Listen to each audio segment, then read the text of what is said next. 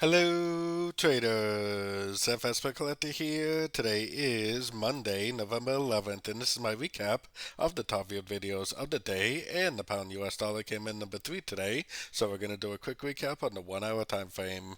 If you didn't see my full top down analysis on the pound dollar from this morning, make sure you check out the video linked at the end of this video over here.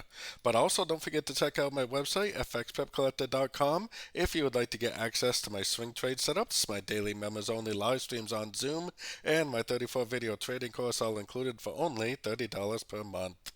So the dollar pairs actually did continue to push down pretty good today. Today was a U.S. bank holiday. It was just Veterans Day, but it definitely is a bank holiday. I didn't expect so much movement, and I left my Fibonacci retracement on here because I just wanted to show you that normally when price closes below the 78%, it will also eventually take out the 100%. So at this point, I expect it to at least go down and make an equal bottom and maybe even take out the previous low. Also, if we do one thing real quick, I always talk about three-way pullbacks. Look what happened today.